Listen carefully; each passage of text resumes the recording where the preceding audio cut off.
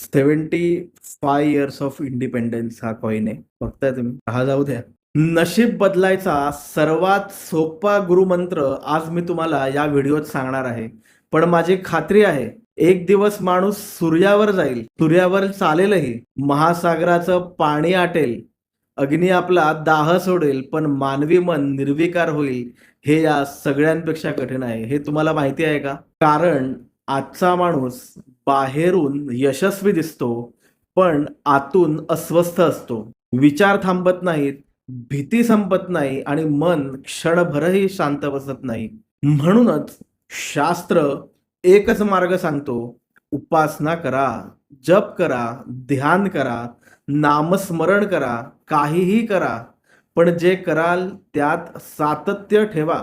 अर्थातच तुम्ही तुमचं कामधंदा, नोकरी सर्व करून हे सर्व करा. भगवंत सर्व सत्ताधारी आहे, हे 100% खरं आहे. पण एका बाबतीत तो अगदी लुळापांगळा होतो. भुंगा जसा लाकूड पखरतो, पण कमळात अडकतो, तशीच अवस्था भगवंताची आपण जेव्हा त्याचं आर्त भावनेने नामस्मरण करतो तेव्हा होते. मौन ठेवून नामस्मरण करणे केव्हाही श्रेष्ठ.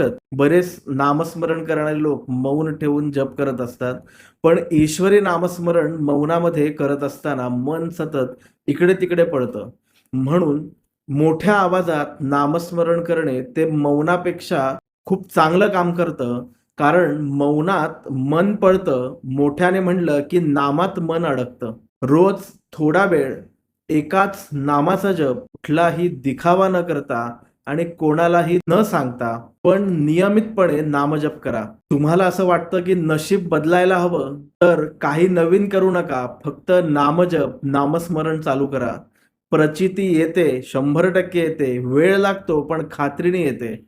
तुम्ही खरंच सिरियस असाल तर मला व्हॉट्सअप मेसेज करा, श्रीराम. तुम्हाला मी नामस्मरण कोणतं करावं, कसं करावं याचा गाईडन्स देईन आणि मी याची कोणतीही फी घेणार नाही.